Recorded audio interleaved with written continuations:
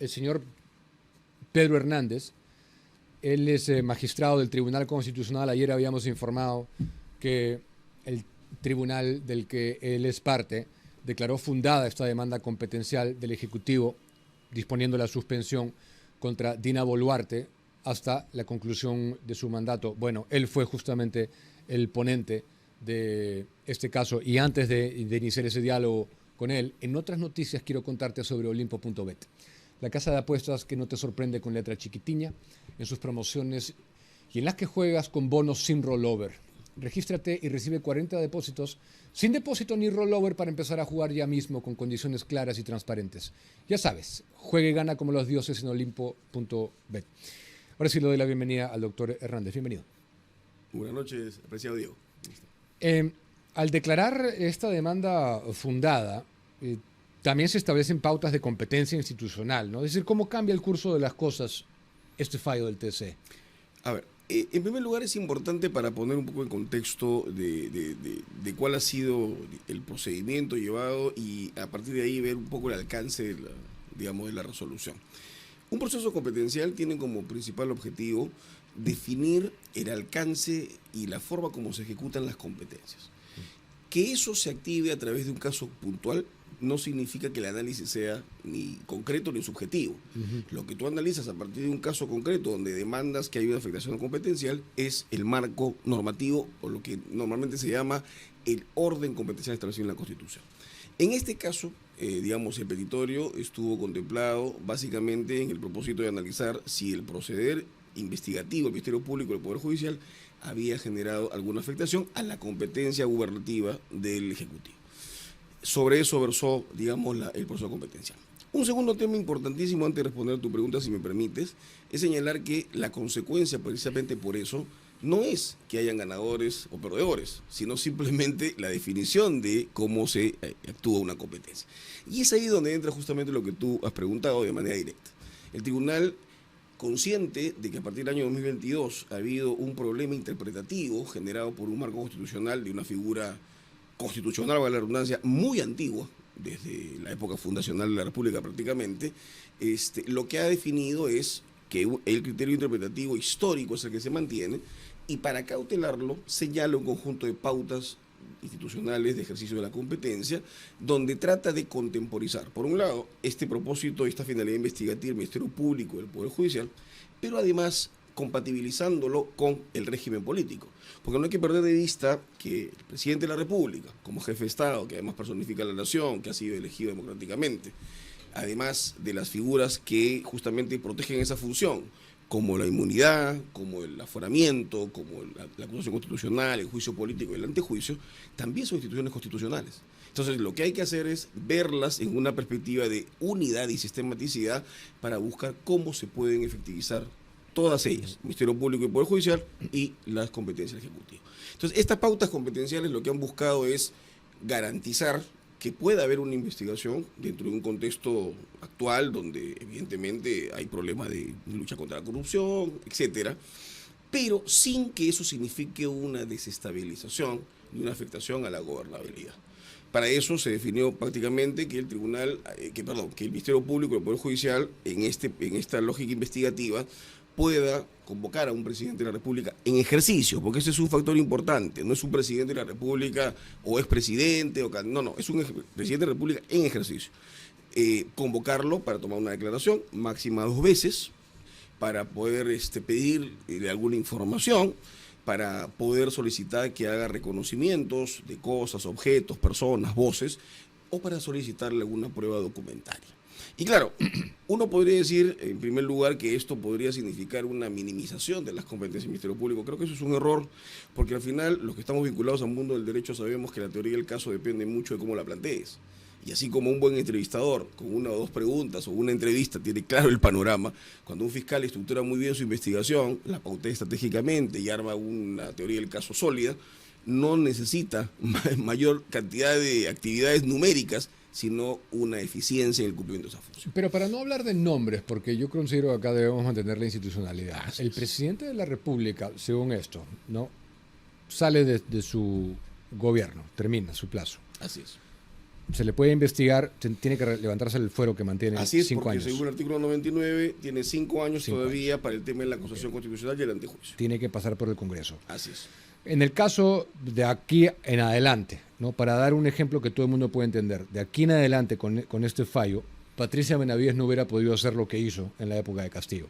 Ese es un tema interesante me voy a permitir hacer una precisión porque entenderá que estos días hemos estado paseando por varios medios explicando esta sentencia y por ahí se ha intentado distorsionar lo que hemos señalado, ¿no? O sea, hubo una pregunta que nos hicieron y dijeron, bueno, eso fue un error el comportamiento. A ver, vamos por partes. Si justamente lo que la sentencia resuelve es la definitoriedad de un criterio interpretativo, es evidente que cuando ha habido esta ambigüedad en los criterios interpretativos, los actores de entonces lo hicieron en un criterio interpretativo que justamente es el que ha generado un cambio. Entonces, hablar de un error hacia atrás creo que es una descontextualización. Lo que se puede decir es que el día de hoy, a partir de esta sentencia, lo que se hizo no se podría haber hecho. ¿Por qué? Claro. Porque estamos hablando de una definición que ya zanjó el tribunal. Este es un dato importante, si me permite, Diego, solamente para terminar la idea. Porque el hecho de que en esta materia, normalmente, por el accionar del Ministerio Público, lo que ha venido sucediendo es que las instituciones constitucionales se han analizado desde la óptica procesal penal, cuando es al revés. Las instituciones procesales penales se analizan a la luz de la Constitución. Y lo que ha hecho el tribunal es justamente eso. Y probablemente eso es lo que ha generado toda esta polémica y esta situación que muchos han visto malentendidamente como un blindaje, ¿no? Efectivamente concuerdo en que no se debería ver como error o acierto. Yo lo que estoy diciendo es que tras este fallo, algo así no se podría hacer. No se podría hacer Lo porque el tribunal lo que ha interpretado es que hay un parámetro que no puede de investigación que no puede afectar la dignidad de la investidura y el cargo presidencial. De la institución que nos De la representa a institución todos. que nos al representa a fin y al todos, cabo. sea quien fuere, Así es. hoy, mañana y los que vengan. Ok, ahora, el debate eterno, ya que he tenido a varios letrados a favor y en contra, es del 117, que es el tema de fondo, es acusar versus investigar. ¿Por qué no se podría, se ha tocado ese tema específicamente, no aparece en el texto constitucional la palabra investigar? En el texto constitucional no aparece, En el eso sí es verdad, en el 117, así es. Pero no podemos perder de vista, y por eso es importante entender que la Constitución es un todo, y es un todo que no puede ser interpretado por partes. Así como yo no puedo colegir, que si bien es cierto el artículo 2, inciso 1, habla del derecho a la vida, y decir que la pena de muerte está prohibida porque está el 140, entonces tengo que buscar una interpretación unitaria, lo mismo pasa acá. El 117 no puede ser analizado bajo ningún concepto si es que no se ve primero el 99 y el 100, que es la figura del aforamiento, del juicio político, de la acusación y el antejuicio. Porque evidentemente la lógica de la Constitución, ¿cuál es? Y no hay que perder de vista en esto un tema histórico importante. Esta figura del artículo 117 y la inmunidad a través de esta restricción de la acusación es una figura que viene del siglo XIX. La primera vez que se consagra literalmente con esta fórmula es el año 1860 y de ahí se ha repetido permanentemente. En una época, por cierto, donde ni siquiera existía el Ministerio Público. Claro, eso es verdad, eso no significa que hoy no debemos considerarlo, pero sí es importante entender cuál es la lógica del constituyente, porque para la lógica del constituyente, en primer lugar, la forma de exigir la responsabilidad de los actores políticos no es solamente una perspectiva fundamentalmente jurídica penal. También hay una perspectiva política que pasa en el entendimiento de que aquel que detenta la mayor magistratura del Estado, resultado de elecciones, por ende de un proceso democrático, tiene que ser evaluado por sus pares en cuanto a legitimidad para ver si hay alguna razón de persecución. Y es ahí donde entra la investigación que hace el Parlamento en la acusación constitucional. Claro, para muchos, en una óptica fundamentalmente jurídica penal, uno puede decir, claro, pero el Parlamento no tiene ni la objetividad, ¿no?, ni la especialización para poder hacer una investigación. Bueno, es que la Constitución contempla diversos tipos de controles, sociales, políticos y jurídicos, y todos ellos tienen que convivir, y esa es un poco la dinámica en la que hay que entender el modelo del 117. Y eso es lo que el tribunal ha tratado de hacer. Por eso, si usted se da cuenta, no es que se niega una investigación, se acota. No es que se otorga una impunidad, no, es que se garantiza otro bien constitucional, que es la estabilidad gobernativa, para poder proceder con esta dinámica de investigación, pero sin afectar la gobernabilidad. Claro, o sea, no se puede, pero no se va a hacer, ¿no? Digamos, de acá en adelante no se va a investigar. No se puede Sería investigar. muy difícil que alguien con este Se puede investigar. Lo que sucede es que no se va a investigar con esa intensidad, permítame el término. Derribarle la casa a un presidente de la República. Obviamente, ¿no? Tipo Creo que ese ha sido, pues me parece, para muchos, más allá de las posiciones, creo que fue un exceso, ¿no? Como otras diligencias que suponen, pues, una suerte de permanente atención o focalización, sobre todo en un tema que también es importante no perder de vista. Los políticos en general, los altos funcionarios del Estado, tenemos una perspectiva de una imagen pública. Y eso es un valor importante a cautelar. Un presidente tiene la capacidad de poder gestionar y gobernar en la medida que mantenga una idoneidad.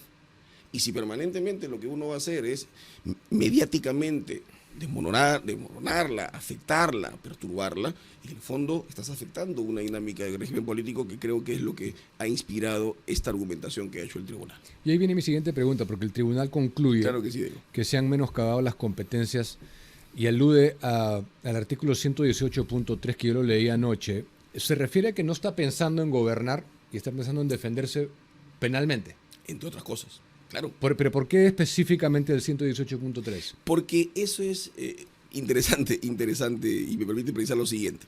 La demanda que plantea el Ejecutivo, y esto es importante porque el tribunal actúa en base a lo que le pidan.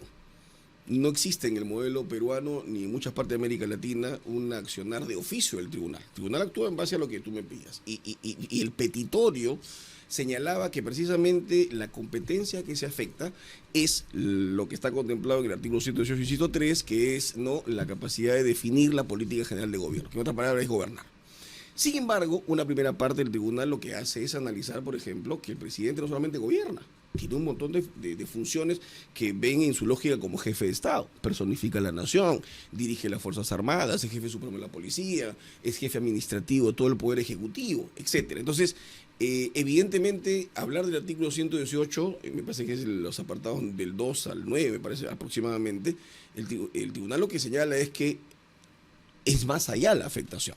Es a toda una investidura que supone un cúmulo de competencias que en el fondo lo que hacen resumidamente es advertir que el presidente en el diseño del régimen político peruano es el eje del sistema político. Como sucede, más allá de las diferencias de derecho comparado, presidencial, parlamentario, neopresidencial, semipresidencial, en todos hay un denominador común. Sí. Aquel que gobierna tiene una protección durante su ejercicio, porque el bien constitucional es garantizar gobernabilidad y estabilidad. El Ministerio Público, bueno, estamos en una era de fuerte politización de todos los temas, ¿no? Casi a un nivel extremo. No recuerdo si llegaron a resolver lo de la lesa humanidad ya. Todavía no. Todavía no. Está justamente la audiencia ha sido, me parece, menos de un mes. Estamos ya en la parte de entrada de deliberación. Ok, eso puede ser pronto, en las siguientes semanas. Confiemos que lo más pronto, es la preocupación de todos. El Ministerio Público ha dicho que va a también llevarlo al TC, la ley de amnistía. Quiere buscar una inconstitucionalidad de esa ley recientemente aprobada. Bueno, claramente usted no puede adelantar opinión, ¿no? Sobre nada. Gracias por esa consideración. Pero la semana pasada estuvo acá Mari Carmen Alba, que está liderando esta comisión de reestructuración de todo el sistema de justicia peruana, y ahí hablaba de no sé si dio un número que era inverosímil, y de reducción de carga procesal, pero mencionó específicamente el tribunal, y que todo llega innecesariamente al tribunal. ¿Eso es algo que le parece adecuado? A ver, interesante porque, claro, toda institución siempre tiene que estar sujeta pues a un análisis de su eficiencia, ¿no? Y el tribunal no escapa a ello. El tema es que muchas veces la lógica de las acciones de garantía, yo no sé si hay que medirla necesariamente por una carga numérica. Digamos, los procesos constitucionales existen ¿para qué? ¿Y a cuándo se recurre a ellos? Cuando las personas no ven satisfechas, o a nivel administrativo o a nivel jurisdiccional, su pretensión y consideran que se le afecta en temas básicos y fundamentales para su vida. El problema es que nuestro sistema recursivo hace que muchas veces se transite por un poder judicial y esa causa llega después de 2 o 3 años. Pero también es verdad que la lógica es bastante más abierta. Entonces, la lógica es que el Tribunal Constitucional vea muchas cosas. Claro, en el camino, y el tribunal lo ha intentado hacer, por eso tiene doctrina jurisprudencial vinculante, precedentes vinculantes. Cuando eso se establece, lo lógico es que todos los operadores jurídicos previos lo respeten, lo acaten y de esa manera se vaya evitando ese cúmulo.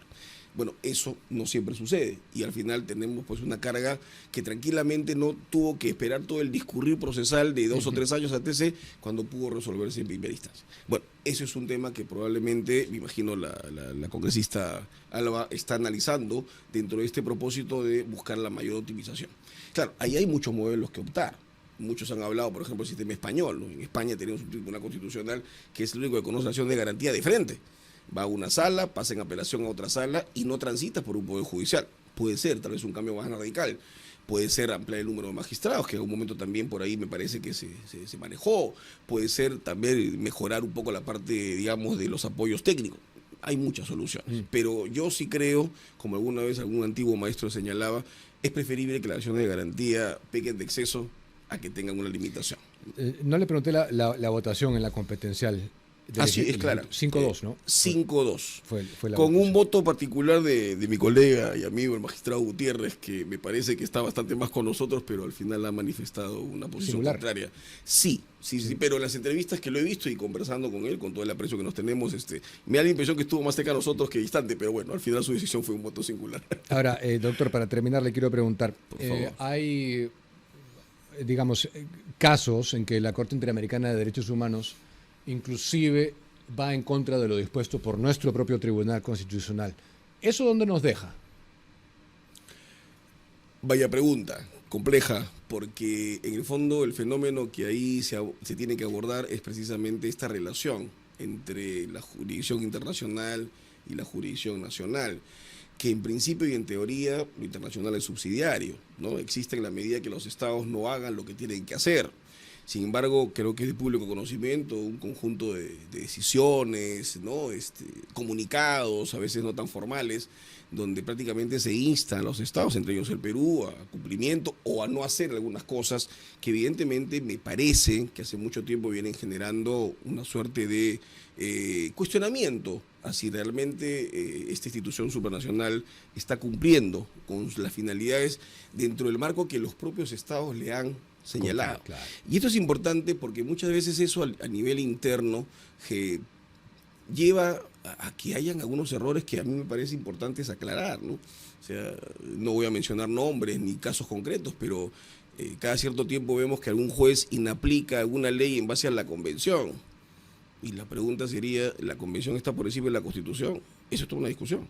El tribunal tiene una sentencia del año 2005, la 047 de ese año, donde claramente señala que en un Estado constitucional el parámetro jurídico máximo es la Constitución y los tratados son parte del ordenamiento, sí, pero subordinados a la Constitución. Y eso es un factor que a veces en el propio debate interno se olvida. Sí, o sea, por ejemplo, en la ley de amnistía no pueden invocar control convencional tampoco. Eso es un tema interesante del que yo le pediría, por favor, no poder hablar, porque evidentemente si esto va a ser motivo de un análisis previo, podríamos incurrir en lo que no queremos, que es un adelanto de opinión. Pero sí creo que es un tema, y gracias por la pregunta y con esto termino, que debería empezar a reflexionarse con seriedad, porque no siempre la solución es patear el tablero y decir vámonos de la Corte, tal vez es tener una posición interna un poquito más sólida, más argumentada y justamente utilizando el propio derecho internacional y las propias convenciones para hacer que cada uno de los actores cumpla sus funciones en el marco que los estados lo han autorizado. Bien, doctor Hernández, gracias por estar acá. Gracias a usted por la invitación y a sus órdenes. Gracias.